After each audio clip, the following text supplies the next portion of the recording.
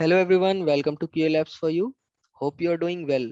This is another session of SQL series where we are going to discuss some of the very common SQL constraints. But before moving further, please subscribe and press bell icon for all the updates from QA Labs for you. Now, let's discuss what we have covered in the last session. Okay, so in the last session, we have majorly worked on the SQL basics. Okay, what all basics things we have discussed or covered in the last session? These are like create database, create table, insert into, select, where, update, alter table, delete, drop table, drop database.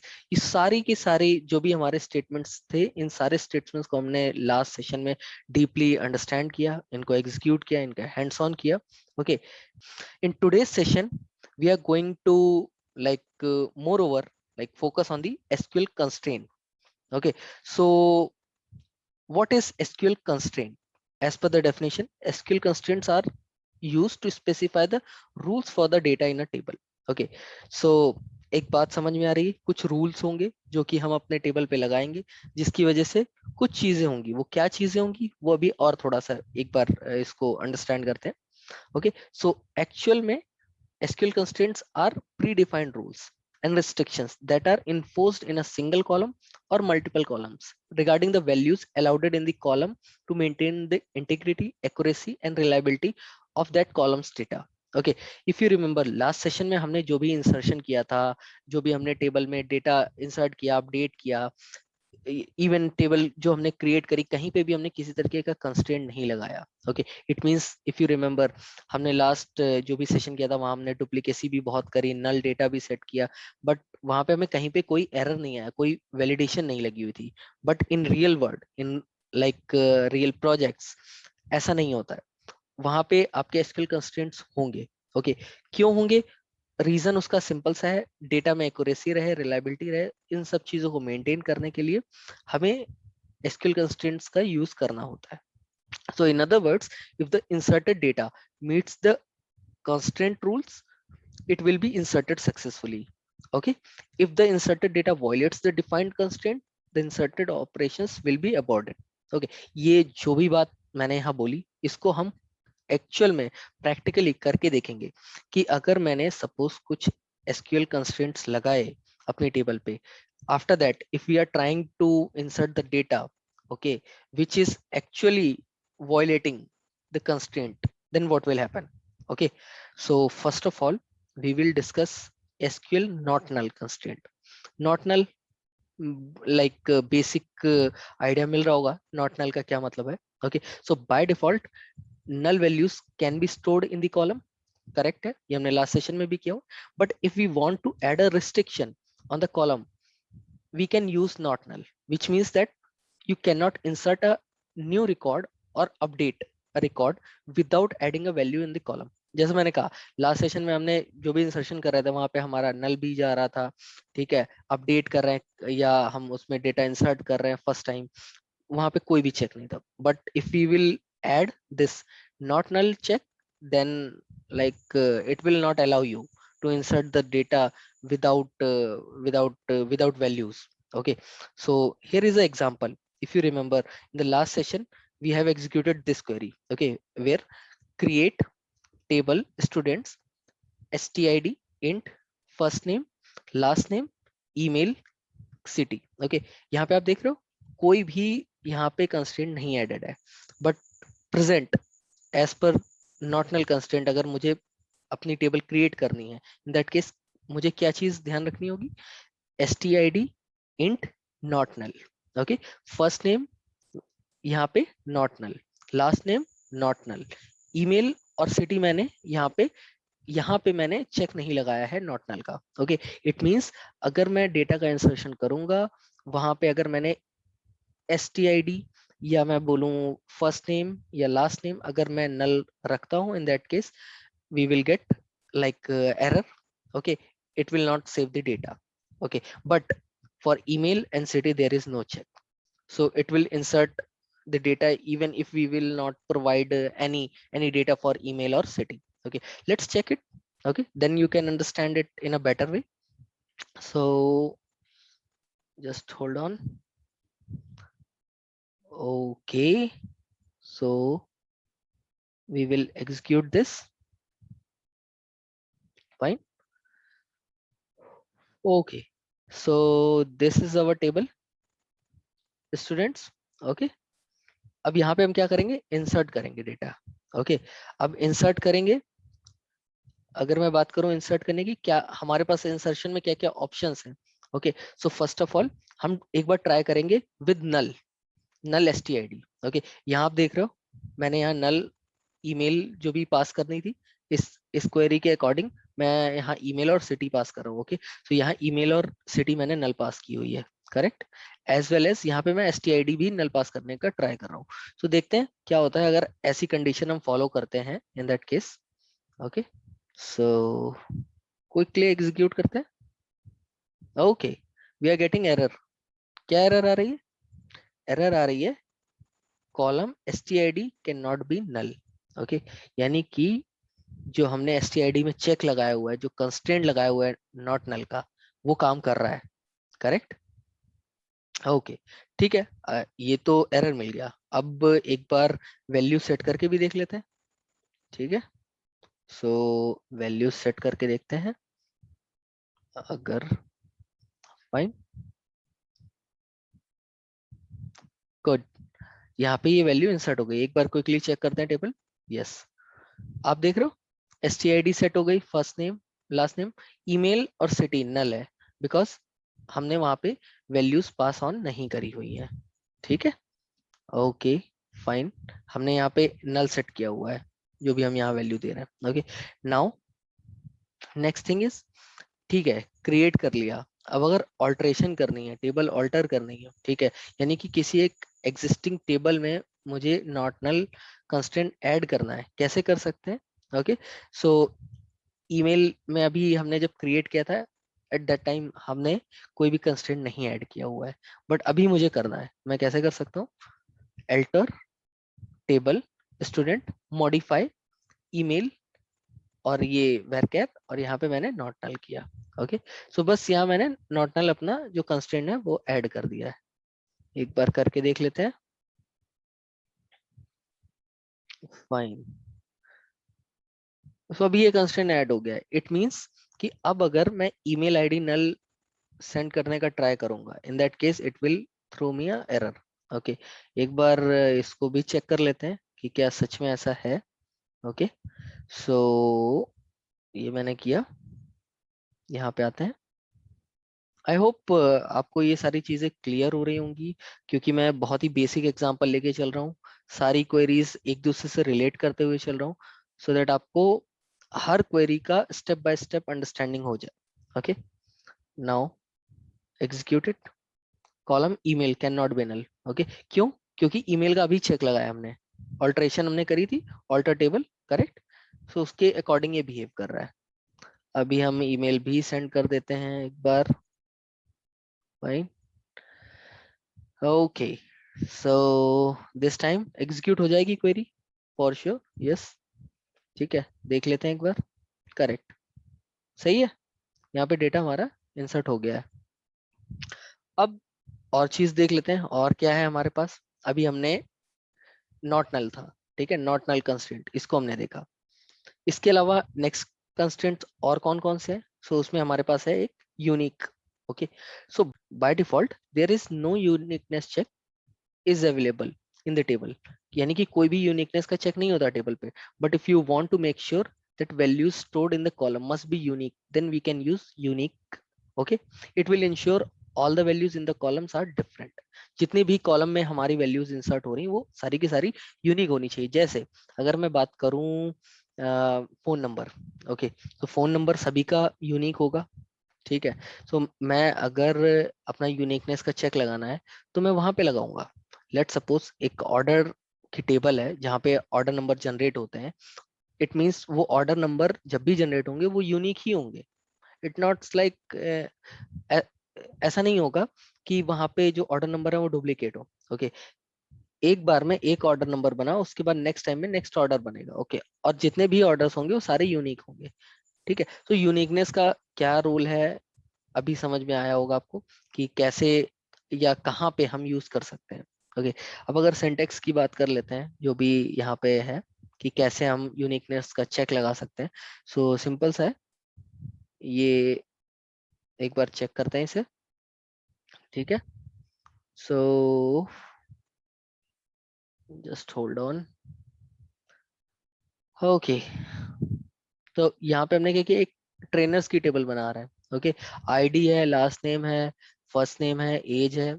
अब यहाँ uniqueness मैं ID के basis पे बना रहा हूँ कि ID जो होगी, जो भी हमारे ट्रेनर्स होंगे उनकी आईडी होगी कुछ 110 105। ओके, वो यूनिक होनी चाहिए। उसके बेसिस पे ही मैं अपने ट्रेनर्स को जज करूंगा, बिकॉज फर्स्ट नेम भी हो सकता है कॉमन हो, लास्ट नेम भी कॉमन हो सकता है, एज तो फॉर श्योर कॉमन हो ही सकती है। ओके, सो एग्जीक्यूट करते हैं। करेक्ट, एक हमारी टेबल क्रिएट हो गई ट्रेनर्स की। फाइन, नाउ अब इंसर्ट करते हैं, इंसर्ट इनटू ट्रेनर्स। ठीक है, क्योंकि अब मैंने टेबल तो बना ली, अब उसके बाद मुझे इंसर्ट भी करना है, तो एक बार इंसर्ट करके भी देख लेते हैं इसे क्विकली। ठीक है, कि यहाँ पे अगर हम इंसर्ट करेंगे तो क्या होगा। ठीक है, अभी मैंने 100 किया हुआ है, आप देख रहे हो। ठीक है, मैं कर देता हूँ। करेक्ट, इंसर्ट हो गया, ये डेटा मेरा पूरी तरीके से फाइन है। ठीक है, परफेक्ट, एक सेकेंड। हाँ, यहाँ पे आ गया डेटा। करेक्ट, अब भी मैं क्या करूंगा, मैं फिर से सेम क्वेरी एग्जीक्यूट करूंगा। ठीक है, क्यों, मैं यहाँ पे ये शो करना चाहता हूँ कि क्या यूनिकनेस का चेक काम कर रहा है या नहीं। ठीक है, यूनिकनेस हमारी कहाँ पे लगी हुई है, आईडी पे लगी हुई है। मैं same ID, same data set use कर रहा हूँ। ठीक है, क्या होगा देखते हैं, क्या होगा, डुप्लीकेट एंट्री 100 फॉर की ID. Okay, so it means जैसे ही वॉयलेट हुआ रूल, तुरंत ही हमें एरर मिल गई।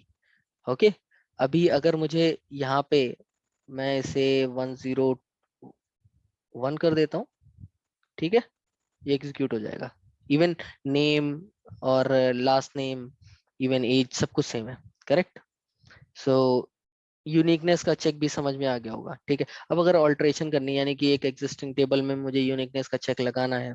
ओके, सो उसके लिए क्या करेंगे, हमारे पास टेबल थी, जो स्टूडेंट टेबल।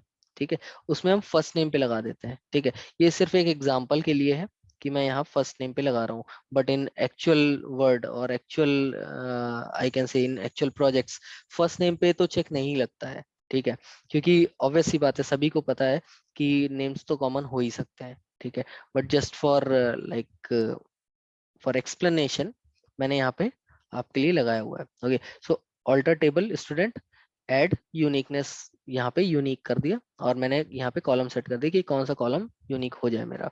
ठीक है, तो मैंने लगा दिया, यहाँ पे यूनिकनेस का चेक लग गया मेरा। ठीक है, अभी हम देख लेते हैं एक बार। ठीक है, यहाँ अभी श्रीकांत है। ठीक है, अभी कुछ करके देखते हैं इस पे, क्या करके देखेंगे एक बार। हम क्या करते हैं, यहाँ पे ट्राई करते हैं सेम इसको। ठीक है, इंसर्ट कराने का। ठीक है, फाइन, अभी ठीक है, यहाँ पे इसको अभी कर देते हैं।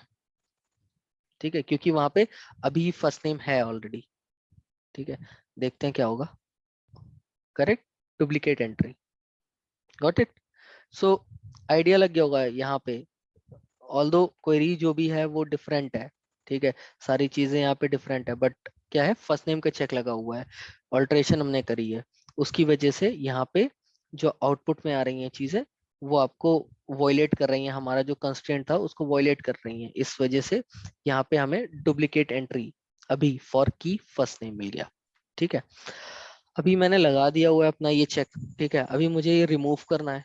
ठीक है, रिमूव कैसे कर सकते हैं, सिंपल, फिर से करेंगे ऑल्टर टेबल, ऑल्टर टेबल, और यहाँ पे ड्रॉप करेंगे इसे। ठीक है, सो क्विकली से ड्रॉप भी करके देख लेते हैं। अभी मैं फर्स्ट नेम से अपना चेक हटा रहा हूँ।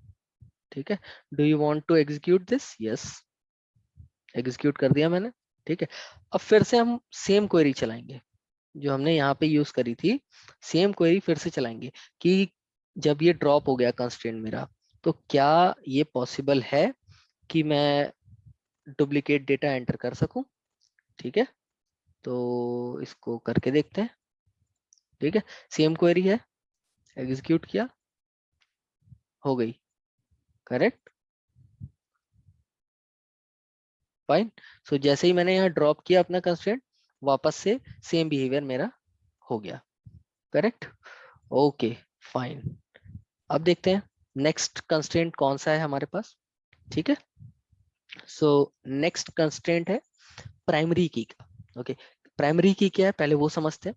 With the help of primary key we can set the restriction that column must save unique values, okay. Primary keys must contain unique values and can not contain null values. यानी कि थोड़ा थोड़ा primary की का जो concept है वो हमारे जो यूनिक हमने अभी कंस्ट्रेंट पढ़ा है उससे मिलता जुलता है, okay. We can define many unique constraint per table, but only one primary key constraint per table। क्या मतलब है कि यूनिक जो कंस्ट्रेंट है हमने जो अभी लास्ट पढ़ा वो हम मल्टीपल कॉलम्स पे लगा सकते हैं सिंगल टेबल पे, बट प्राइमरी की जो होगा वो सिंगल होगा एक टेबल पे, ओके। सो ये एक डिफरेंस है, आप ये समझ सकते हो प्राइमरी की और जो हमारा यूनिक कंस्ट्रेंट, ओके। अगर सिंटेक्स की बात करते हैं तो सिंटेक्स सिंपल सा ही है, कोई ज्यादा टिपिकल नहीं है हमारा, ठीक है। सो इसको भी एक बार एग्जीक्यूट करके देखते हैं यहाँ पे, ओके, फाइन। सो यहाँ पे इस बार हम बनाने जा रहे हैं कोर्सेज की table, okay.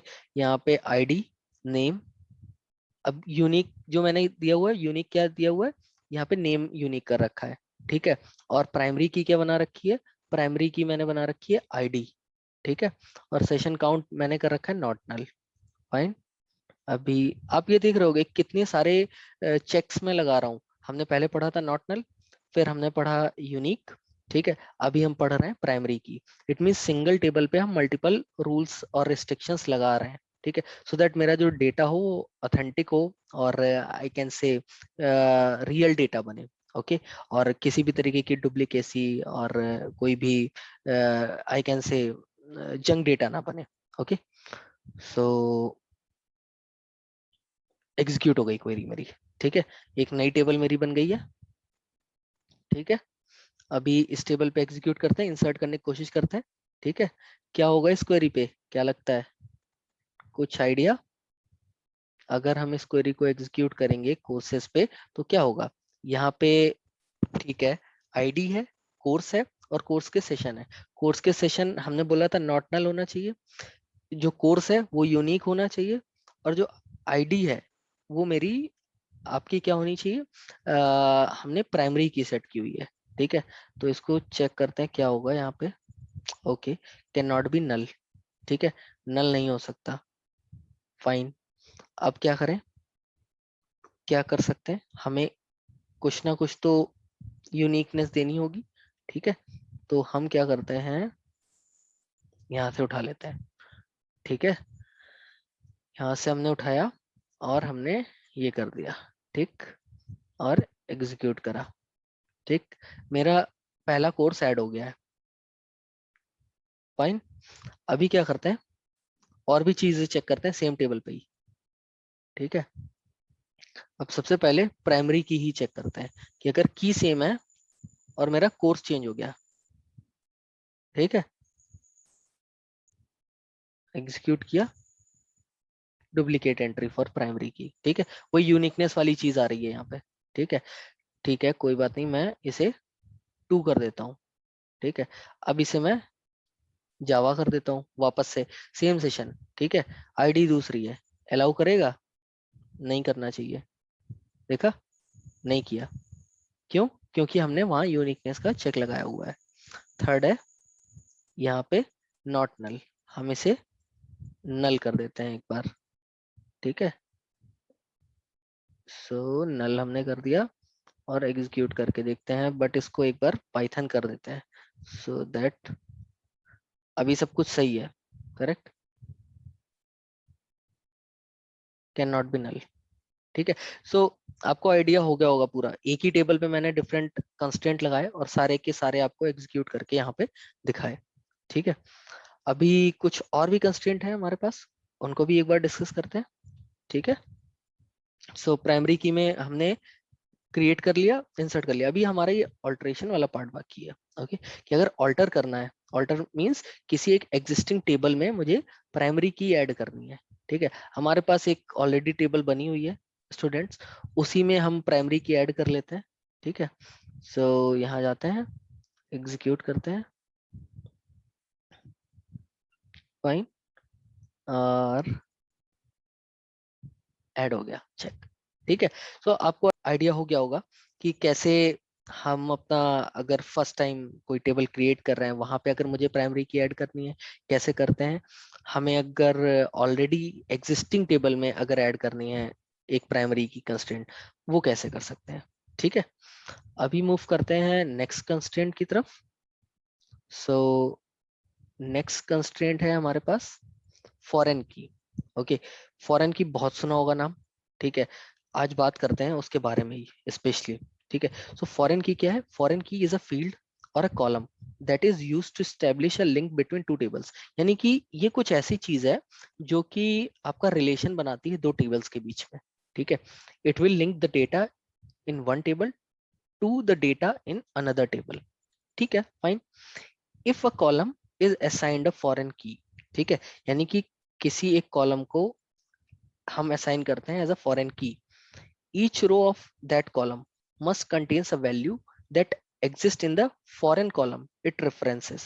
Okay, the referred or the referenced column must contains only unique values.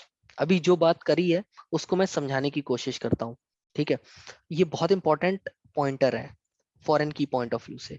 ठीक है, सो यहाँ पे जो हमारी टेबल है, यहाँ हम टेबल ऑर्डर्स टेबल बना रहे हैं। ठीक है, ऑर्डर आईडी है, ऑर्डर नंबर है, उसके बाद यहाँ पे कोर्स आईडी है, प्राइमरी की हम क्या सेट कर रहे हैं, ऑर्डर आईडी, फॉरेन की हमारी क्या है, कोर्सेज आईडी। ओके, और रेफरेंस किसके साथ है, कोर्स आईडी के साथ। ठीक है, यानी कि ये टेबल जब एग्जीक्यूट होगी तो हमारे पास क्या क्या चीजें आने वाली हैं। यहाँ हमारे पास जो कॉलम्स होंगे वो आएंगे ऑर्डर आईडी, ऑर्डर नंबर और कोर्सेज आईडी। ठीक है, कोर्सेज आईडी जो होगी वो हमारी बनेगी फॉरेन की। ठीक है, और उसकी मैपिंग किसके साथ होगी, जो हमारी कोर्सेज टेबल है उसमें आईडी कॉलम होगा उसके साथ बनेगी। ठीक है, अब यहाँ जो हमने स्टेटमेंट पास किया, if a column is assigned a foreign key, ठीक है, यानी फॉरेन की यहाँ पे क्या है, कोर्सेज आईडी।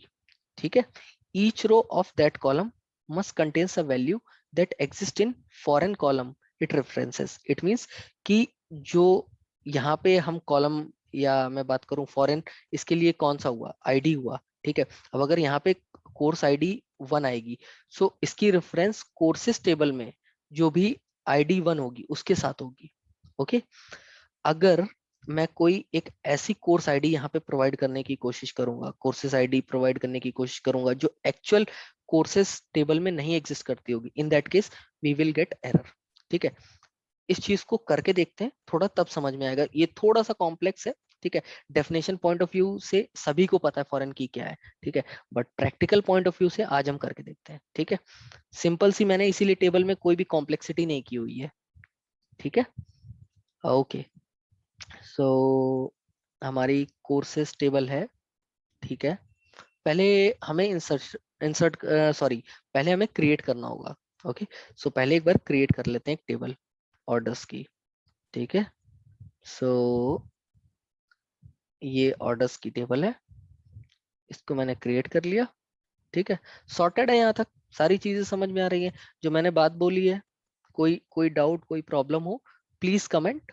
ओके, आप ये देखो, यहाँ पे order ID, order number, course ID. ठीक है, आगे सारी चीजें जैसा मैंने बोला था। ठीक है, अब मेरी एक्सपेक्टेशन के हिसाब से जो ये कोर्सेज आईडी है, ठीक है, ये जो बनेगी ये फॉरेन की बनेगी। ठीक है, इसकी लिंकिंग किसके साथ होगी, इसकी लिंकिंग होगी ये जो कोर्सेज है, कोर्सेज में जो आईडीज आ रही हैं। ठीक है, आईडी क्या है 1। ठीक है, नेम क्या है जावा, सेशन काउंट क्या है 9। ओके, अब हम क्या करने की कोशिश करेंगे वो देखो आप। ठीक है, सो यहाँ पे जाते हैं, इंसर्ट करने का ट्राई करते हैं, क्या होगा इंसर्ट करने पे पता चल जाएगा अभी।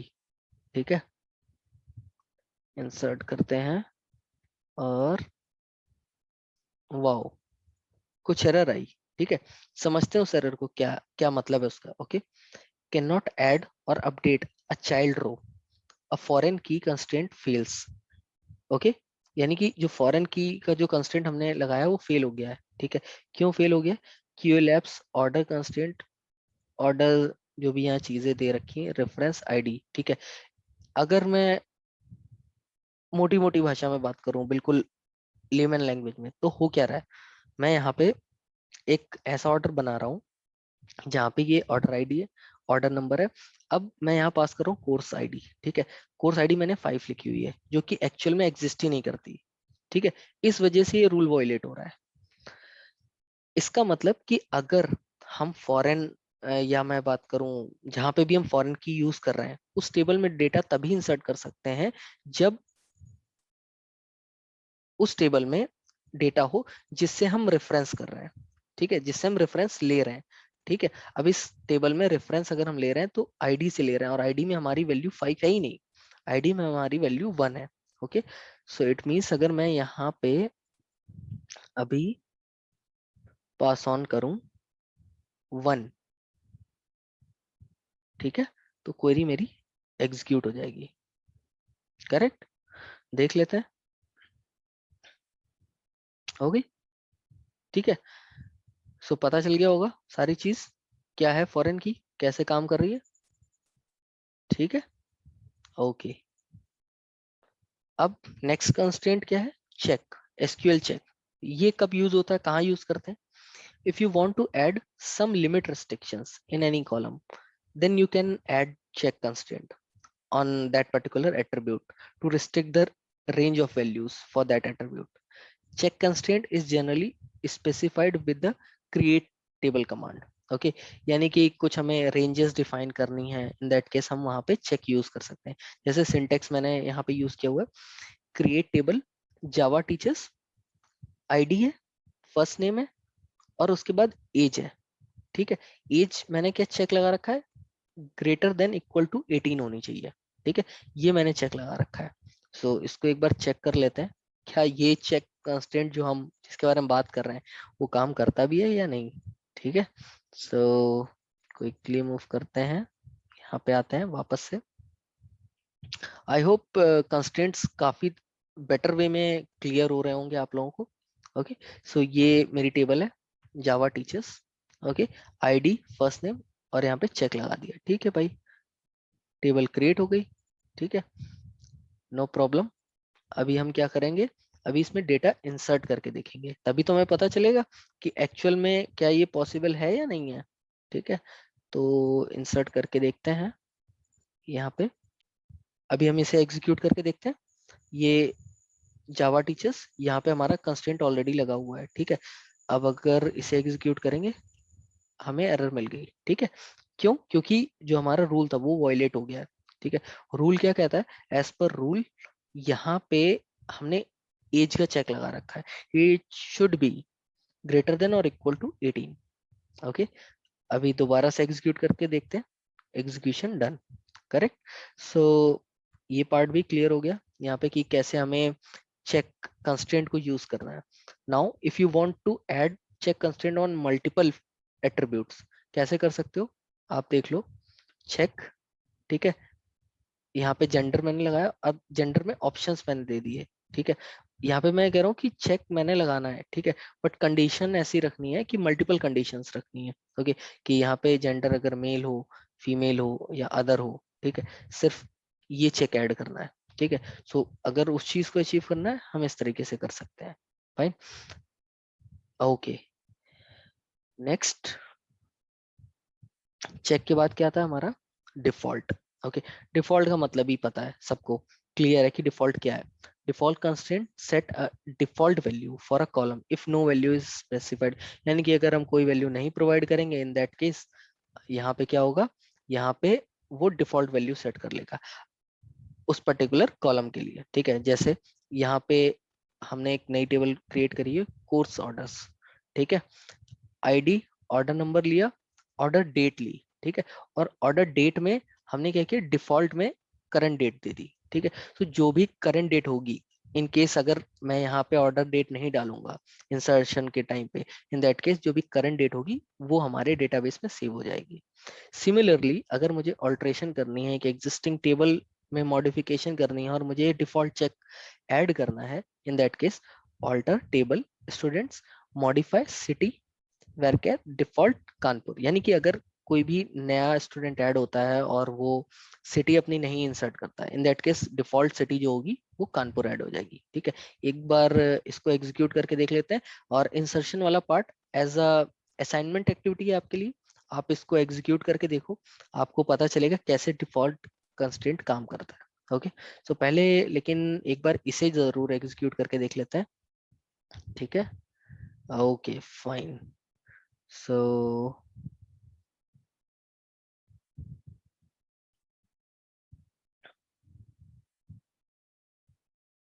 Okay done, correct. तो यहाँ पे क्या हो गया, टेबल कोर्स ऑर्डर्स हो गई। ठीक है, ID, order number, order date. और यहाँ पे हमने ऑर्डर डेट क्या कर रखा है, यहाँ पे डिफॉल्ट चेक लगा रखा है कि जो भी करंट डेट हो वो ऐड हो जाए अगर मैं ऑर्डर डेट नहीं पास करता। ठीक है, अब एक बार बात कर लेते हैं ऑल्टर करने की, अगर मुझे ऑल्टर करना है। ठीक है, तो ऑल्टर कैसे कर सकते हैं, आ जाते हैं वापस से। ओके, यहाँ पे आ गए। ठीक है, और एग्जीक्यूट कर देते हैं। Okay done. Okay, so today we have covered all the different types of constants which are required or which are very much useful in SQL. Okay, now you can try to do a hands-on so that you can get more and more understanding about these constraint and SQL queries. In next session, we will discuss something new, some different queries related to SQL. Okay, so till then, keep learning, keep growing, take care. Bye bye.